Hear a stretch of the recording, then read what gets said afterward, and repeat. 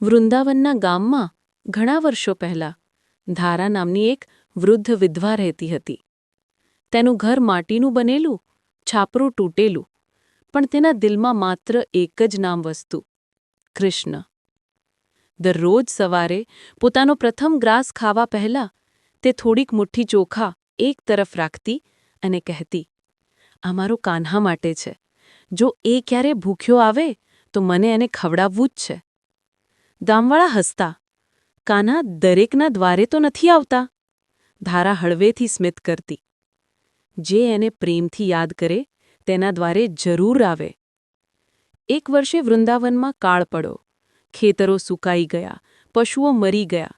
લોકો પોતપોતાના ઘરના દરવાજા બંધ કરવાની શરૂઆત કરી. વધુ કોઈ ખાવાની માંગ નહીં કરે તેના ડરે. ધારાના ઘરમાં માત્ર મુઠ્ઠીભર ચોખા બાકી હતા કે જેનાથી એક દિવસ જીવન ચાલે એટલા.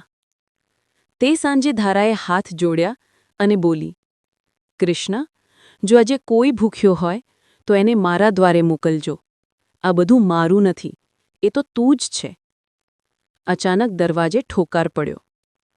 એક નાનો છોકરો દરવાજા પર ઊભો હતો. કાળી આંખો, તેજસ્વી સ્મિત. માતા, 2 દિવસથી કશું ખાધું નથી, એ ધીમે બોલ્યો. ધારાએ વિચાર્યું પણ નહીં. એના પાસેના છેલ્લા ચોખા પણ છોકરાના વાટકામાં ઊંડા કરી દીધા. છોકરો તૃપ્ત થઈને ચાલ્યો ગયો.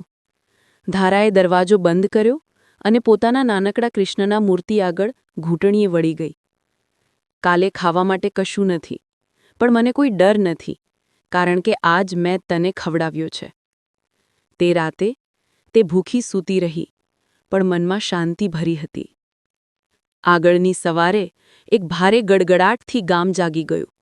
ધારાના ઘરની બહાર ચોખાના થૈલાઓનો પર્વત પડેલો, એટલો કે આખું ગામ ખાઈ શકે.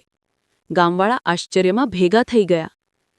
એક ખેડૂતે બૂમકાર્યો, આજે વહેલી સવારે એક નાનો છોકરો મારા ખેતરે આવ્યો અને કહ્યું, આ બધું ધારાનું છે, અને તે એકદમ શ્રી કૃષ્ણ જેવો લાગતો હતો.